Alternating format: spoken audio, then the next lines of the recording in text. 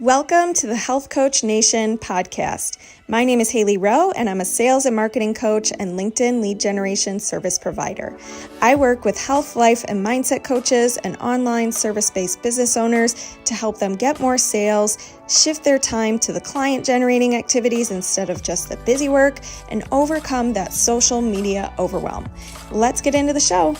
If you're ready to take on your next paying clients, I have good news. My free 4 Basics of Client Attraction and How to Stand Out class is live at haileyrowe.com/client-attraction. In the class, you're going to learn the top 2 traits I recommend for most coaches and entrepreneurs if they really want to turn this into a career. You're going to learn how you can build demand for your services and stop getting crickets on your posts. You're going to learn the sales roadmap I used to improve my sales conversion rate and help my clients do the same. And you're going to learn so much more. So go to haileyrowe.com/client-attraction and get your copy of the class today. I'm here today with a very special guest, Jen Riday. And I am very excited to talk with her today about how she juggles being a mom and running a certification program, running coaching retreats, all sorts of things, and how she has managed to help not only herself, but so many coaches overcome self-sabotage and fear when it comes to starting and growing your business. So Jen, why don't you introduce yourself first and give us a little bit about your background, because I just want to highlight your background is pretty impressive. You have a lot of children, you do a lot of things. So tell us all the things and we'll get started. Yeah, like you said, I'm Jen Riday from Madison, Wisconsin, so 2 hours away from Hailey there in Chicago. I'm a mom of 6, and my kids' ages are 22 down to almost 10. So I've seen the light at the end of the tunnel. My 10-year-old is nearly self-sufficient, almost there. And like you said, Hailey, I'm the host of the Vibrant Happy Women podcast, founder of the Vibrant Life Coach certification. And I really feel like it's my mission to help women in particular. Everyone can benefit, but women in particular to realize when something's out of balance with their life and to go after a goal that they want to achieve. So I'm sure for your listeners, that would be being a coach. So that's exciting.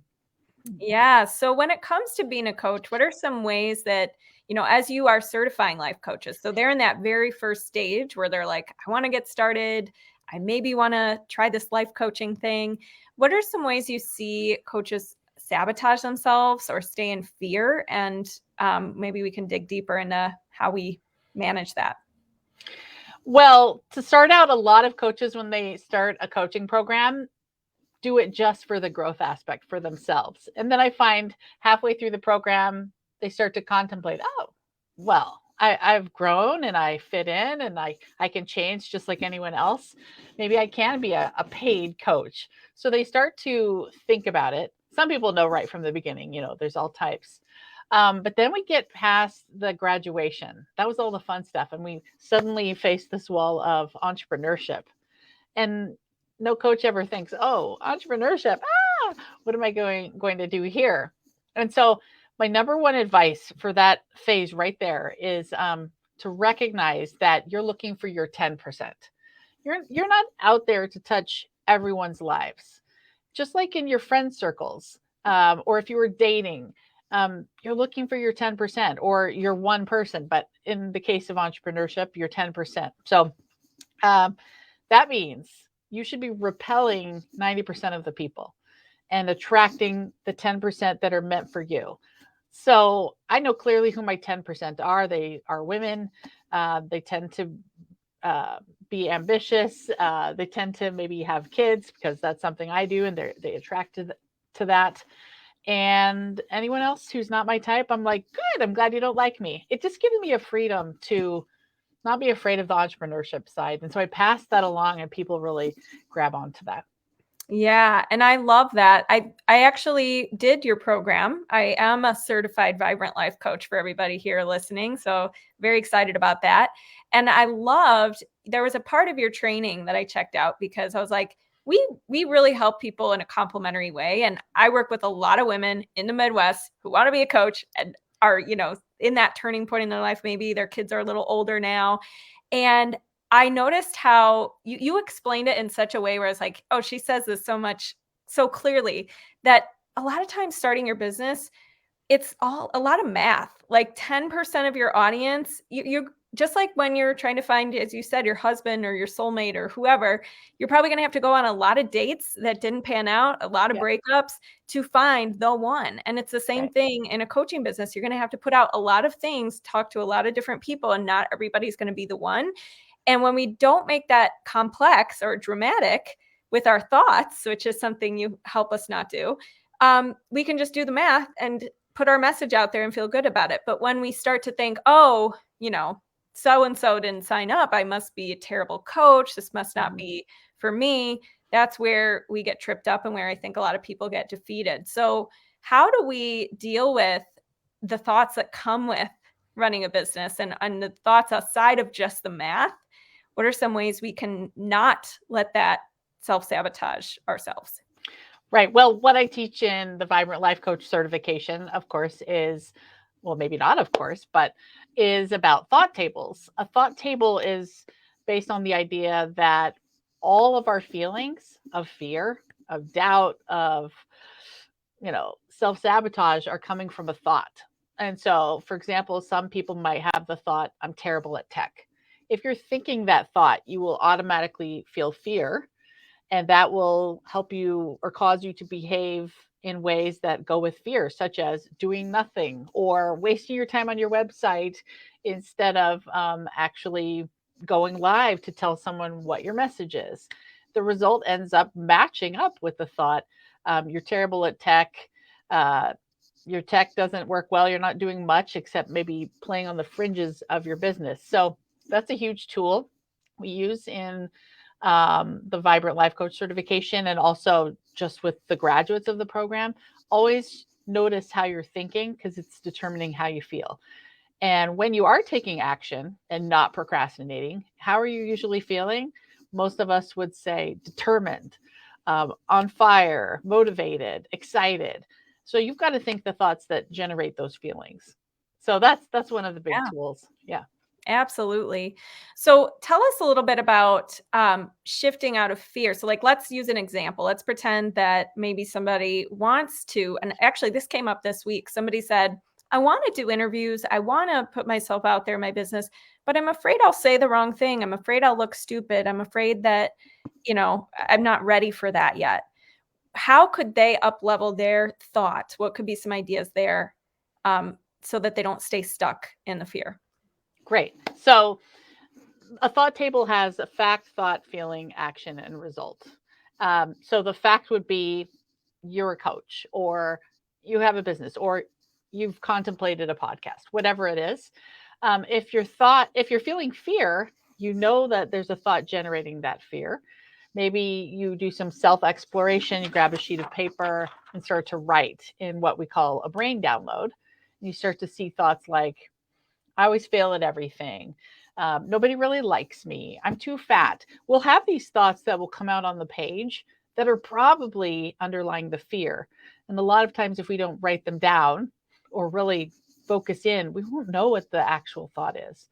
So once you see, oh, I'm not doing this because, I've always had this story that I'm not popular, that no one really likes me, or I'm not doing this because I believe someone who's heavier on the BMI index can't be on a stage or whatever. And so you play that out across the thought table. The thought, I'm too fat, makes you feel afraid of, say, launching the podcast. Because you're afraid, you take no action. Your result, you haven't launched a podcast. Lo and behold, that result always matches the thought. So then you can up level it. Well, what result do I want to have? Sticking with the podcast example, I want to launch my podcast next week and just do it. And I want to have one every week. And you have all these thoughts that will come up, of course. You might feel fear, but you just kind of can work across that up leveled thought. Well, if I'm going to do this, I need to feel a little bit confident, or I need to feel at least excited more than fear. And you figure out the thought that would bring you that excitement. Perhaps it's, hey, I've always been good at everything I've ever tried in the past. That thought really resonates for me. I feel an excitement or a determination come from that. And I really focus on that thought, and it changes my feeling, changes the behavior, and it changes the result. It's simple, but also most of us don't walk around really having awareness of what we're thinking. So So true. Yeah, I think half the battle too is like once you have that awareness of, oh, I was just thinking this because I thought blank, it also just sometimes it resolves itself naturally just knowing that. And one of the things that you also wanted to share with our audience is you have an exercise we can use if we're getting stuck in self-sabotage or fear. Do you want to talk a little more about that? yeah, so Hailey doesn't know what I'm sharing here, but recently I came across something. Unfortunately, I can't even say who it was, but if you're listening, thank you. It's so awesome. One way to get out of being stuck in this place of I'm not good enough, I'm too scared, I don't have what it takes. One way to get out of that place is to step back and view your life like a book you're reading. So, you know, in my life, I grew up on a farm in Iowa. Now I live in Wisconsin. I got a PhD in human development family studies, but then I had kids and I hit this really interesting series in my book story that you would be reading where I was overwhelmed and exhausted by my 6 kids and a little bit victimy and pathetic and oh, why me? And my life is hard and why aren't my kids listening and my spouse isn't helping? And at that point, that's a story I would get tired of reading, right? Because it's kind of victimy. And so, luckily, in my story, I started to do something about it. I became a coach myself. Then I went on to just study all of this other stuff and developed a coach certification program and my podcast because I want to help other women get out of that stuck place. So, fast forward, now I've come through a pandemic, as we all have. That would be in our chapters. I had some other challenges with a couple of my kids. But here I am at this crossroads like, if I were reading this story of my life, what would I want the character to do? And that's really huge. So, everyone pause for a second and ask that of yourself. If I was reading the book of my life, what would I want my character to do right now? I'm pretty sure it's not to continue to waste a lot of time on Netflix or overeat because we're afraid of, really doing the thing we want to do, which is launch the podcast or go ask someone to be a new client or spread the word about what we're doing. We want our character to be victorious. That's the kind of movie we want to watch. That's why so many of us love HGTV. We want to see the triumph. And so that's just a little tip. What would your character do for the next part of your story? That's such a good question because it also zooms out and takes ourselves out of it. What would I want the character to do? Mm-hmm. If it's us, sometimes we're going to be like, but I can't do that because Yeah. blah, blah, blah. Right. So Right. that's Totally. a very good tip. And one of the things that I love the most about coaching, and also I think it was in one of the lessons of your program early on, was the power of those really powerful questions. And that Mm-hmm. question right there is so good. So we also have to talk about that chapter of your life because of having 6 kids and running a business. A lot of people would say, oh, I can't do that, too much. How have you managed to juggle that? And also maybe share some tips for those who feel like my business just keeps getting on the back burner because I got to run my kids around and do all these things. Any advice there? Yeah. One of the big things that I train coaches in my program to look for is the word should. I should. So whenever you hear that in your thoughts or coming out of your mouth, that's where you pay attention because it's really almost never aligned with your values when it's a should versus a I want to. I should. So anyway, for me, when I was doing the stay-at-home mom thing, I was believing a trope or a story that I had been programmed from society that I should be really dedicated to my 6 kids. I should be available, But then when I started to listen to my body and my own intuition instead of this external messaging, I realized, oh, I'm really miserable. This is not working for me. I'm actually a really driven woman who has a high value on achievement and making a difference.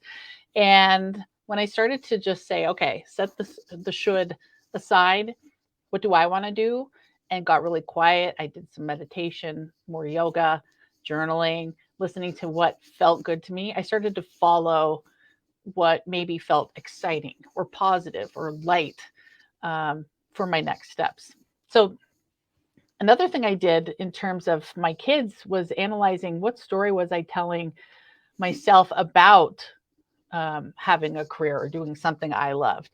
And I realized I was believing the story that my kids would think I wasn't devoted to them. So I changed that story, kind of like we talked about with the thought table. And the story I tell, which actually feels really true to me in my body, is that my girls are watching. I would never want them to grow up and feel as miserable as I was feeling when I did what I should be doing. I'm showing them I can be vibrant and alive and achieving things and pursuing my passions. And I want that for my kids, but especially my daughters, where, maybe perhaps women feel more pressure to perform in roles the way we think we should, right? So I want my daughters to grow up and pursue their passions, and I have to model it. So that's been helpful. But does Yeah. that answer the first part of your question? Oh my gosh, yeah, I love that. And I too I have a mom who has worked my whole life, and it's been really actually empowering to see that and like, wow, you can do it all. And I don't know how she does it, but she really shows an example of like harmonizing your work life and your personal life. Like she just kind of sees it all intertwines. And there's times where she's working really hard, and there's times where maybe she's more with us. And so it's just, it can work, and it's good to see an example of that. And I think some people don't ever get to see an example of that. So I love that you are showing that for women. So what about boundaries? Because I think one thing that you taught in the program is the importance of setting boundaries, honoring boundaries, looking at where you need to set boundaries with tech and things like that. So tell us a little more about how can we start to transition to knowing what kind of boundaries we might need in our life to be able to juggle a career and personal life. Yeah, this goes well with the second part of your other question. I mean, it's all the same. If someone finds their business or the things they want to do on the back burner, how do you keep bringing it back to the front burner? I find when it's on the back burner, probably two things are happening. Life is always going to shove other things to the front burner. And if you don't have solid boundaries and the second part, planning skills, constant boundaries and planning skills, that stuff will just present itself. My kids always want something. My daughter walked in a room where I was on my computer last night. I don't even think I was working on my business, but I had it out. And she's like, I need this. And she holds up the bottle of some art supply. And that's what kids do. And my spouse, hey, I need you to help me take my car to the shop. I'm like, well, I can't right now. Anyway, the point is, if you've planned what you want to do in your time and you're clear what you want to do in your time and you've earmarked certain times, then it's easy to set your boundaries and say, I can't right now, but I'm available at 8. Or go tell dad because that's not something I'm dealing with anymore. Or, as inevitably happens with kids, especially teens, there will become these moments of what to them feels like crisis, and they'll want to bring it to you and create drama. And drama feels very destructive for a business such as being an entrepreneur or a coach, because you have to kind of keep your thoughts in the right place to have your mood high enough to take the actions that are a bit scary sometimes to get the results you want, right? And so I have had plenty of drama. Just listen to my podcast to know Vibrant Happy Women. Like, I do not have easy kids. We have neurodivergence. My husband is also neurodivergent. And there have been things, and I think I take that mess sometimes and make it my message. And it allows people to really connect with me when I share, hey, this is how my life sucks right now. And here's how I'm overcoming it. And they love that. They don't want to see perfect. So just be aware that that's another lie we'll tell ourselves, that we have to have the perfect body or the perfectly styled house. We have to be like as beautiful as the influencers on Instagram. And our families have to act a certain way before we can be expert enough to be an authority. I think it's coming from that mess, making your mess your message that really attracts the right people to you. So, Yeah. Oh my gosh, I love that. That's yeah. such a shift. I think there's probably a lot of things we tell ourselves, or like I've seen with people who want to do my Coach Inner Circle program, a lot of times they think the sky, like my life has to be empty and clear so I can put all of my attention and focus into this program. And the truth is Right, like your life is going to be a part of your business and you can't just forever put it on pause to start your business. You have right, to right. do both and you have to learn how to juggle both. And so Yeah. the time is now to start your business because it takes time. It's going to have to work within your lifestyle. It's never going to be the perfect time. So I think there's just a lot of like truths that we think are so true, but they're really not. And so maybe share what has been a something you thought was maybe true on your business journey that you had to shift or that you had to see differently to grow. hmm Um, I have a little notes here. I want to make sure I cover everything. Well, oh, here's one. When you start in entrepreneurship, you see all these people way ahead of you on the path. And I really did believe the lie that, guys, they're just so much more photogenic and charismatic. And, their life, they have it together. They don't have kids with this problem. So I think all of us, even probably you, Haley, we get to this place, it's ups and downs where we're like thinking, I'm really not good enough to be as good as them. So recognizing that and then believing in the using the thought tables and other tools to kind of up level it. Um, but also being aware that having phrases in mind that help you when those moments come. So one of mine is, what other people think of me is none of my business. I repeat that daily, and it really helps me to be like, like, forget you. I'm doing this thing. And the people who are meant to find me are going to find me. My 10% are ready.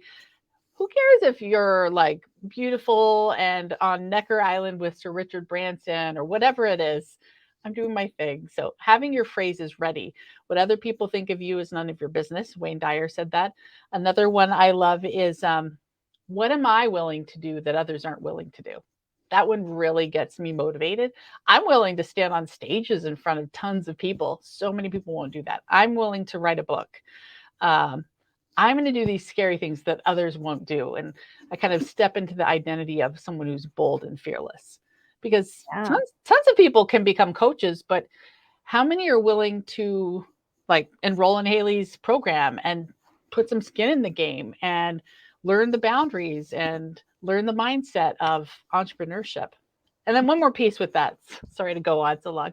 No. Um, I say that entrepreneurial piece after becoming a coach, lean in and always go to what scares you. Mhm. Whatever scares me the most, like currently I'm setting up a bigger stage event, not just a retreat. That scares me. But I'm going to lean there because what scares me is usually what will get you the most traction. And it's also one of those things other people aren't willing to do. But that process of leaning into what makes you so afraid transforms your mindset faster than anything because you're getting further out of your comfort zone. So just to know all these ideas that I hate tech, I'm not very good on video, or I don't know how to talk to people, or I'm too shy, forcing yourself to lean into all of those fears transforms you so much faster than just some quiet self-help work in the corner. Entrepreneurship is super transformative just in and of itself. Yeah. I agree. I agree. I think you mentioned a couple good phrases, and I keep a little list in my phone notes of just really good quotes I've heard, and I call it like just a little belief collection or belief book Mhm. or belief notes or whatever. And some of mine are definitely always come back to I always can figure this out. I ask solution oriented questions. And I mean, I'm forgetting a bunch of them, but I think that is really good to have to direct your brain because if you don't direct it, it goes to I'm bad at tech. Why am I terrible at everything? Yeah. um, so that's really good tip. Now, what about if you are, can you maybe share, has there been a boundary that you've had to set that was really hard for you to set, or like you had mind drama around it that you can share and how you dealt with that? So a boundary with my family so that I could succeed in business, or a boundary in business? Any boundary, any boundary. Okay, I'll get vulnerable here. So my husband, being on the spectrum, does not appreciate self-help. Now, I don't want anyone listening to say, "Oh, what a jerk." I don't think he intends to be a jerk, but he has listened to half an episode of all 500 or whatever of my podcast episodes.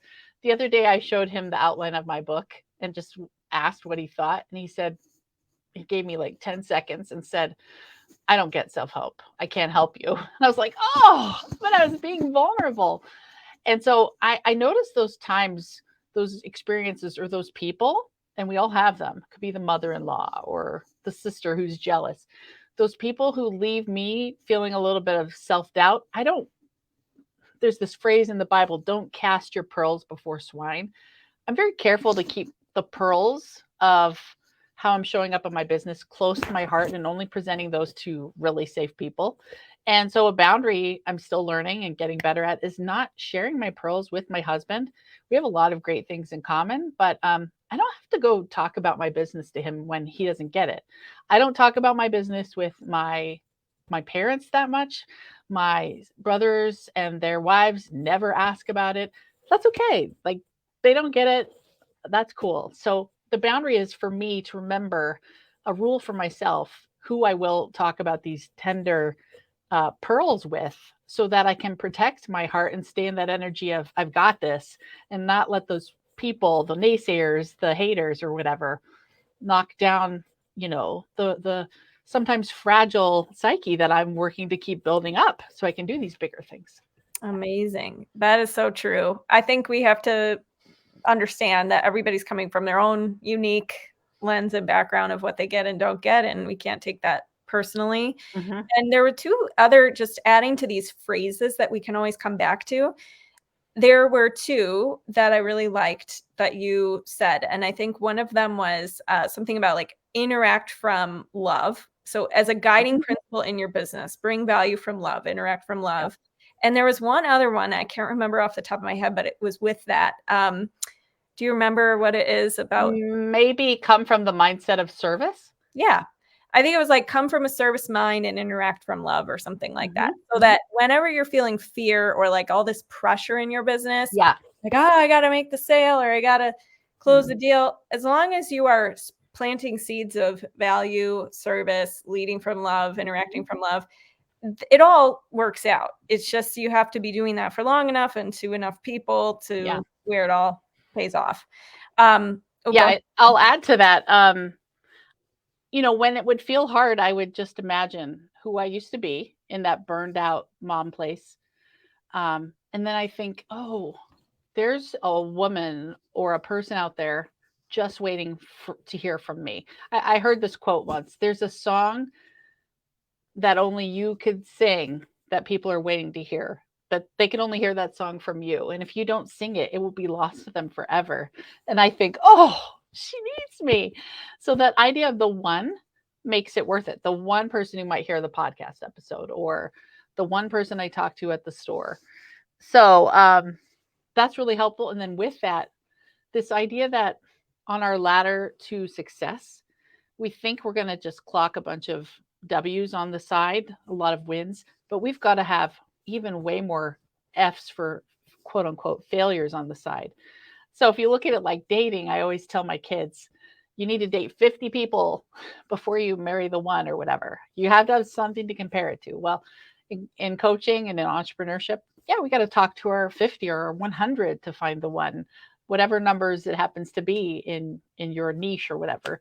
And being happy. Hey, I failed today. How did I fail today? Because that means I marked an F, and I'm going to get closer to the W's, and seeing failure as success. Yeah, totally. I'm in full agreement there. Okay. So for everybody listening, one just really quick thing before I forget, we did mention, do you want to start a podcast? Do you want to have a podcast? Do you want to be on podcast? And I free training about that. And it's at rowe.com/podcast-tips. But Jen, where can everybody connect with you, find you, all that good stuff after this interview? Yeah, just go to jenriday.com, JenRiday.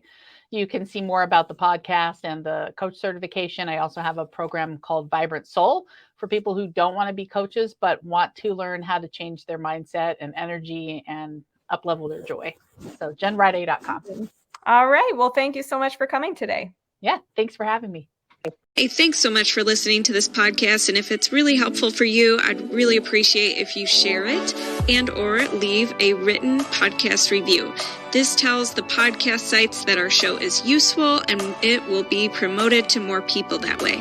Thanks again.